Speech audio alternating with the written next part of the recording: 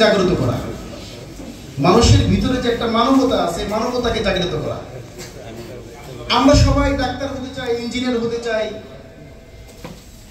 বড় রাজনীতিবিদ হতে চাই, কিন্তু আমরা মানুষ হতে চাই কয়জন? আমি আশা করব এই সংগঠনের মাধ্যমে মানুষের মানবতাকে জাগ্রত হবে। দলীয় পরিচয়ের আগে মানুষ পরিচয় আগে হবে। বাচ্চু ভাই আমার অত্যন্ত দুর্দিনের, যখন দুর্দিন ছিল তখনও আমরা চেষ্টা করেছি, আমাদের কথা হয়েছে, দেখা সাক্ষাৎ হয়েছে। অত্যন্ত ভালো মনের একজন মানুষ। সব পরিচয়ের আগে মানুষ পরিচয় হওয়াটা আগে জরুরি, মানবিকতা জরুরি। এজন্য আমি কথা লম্বা করব না।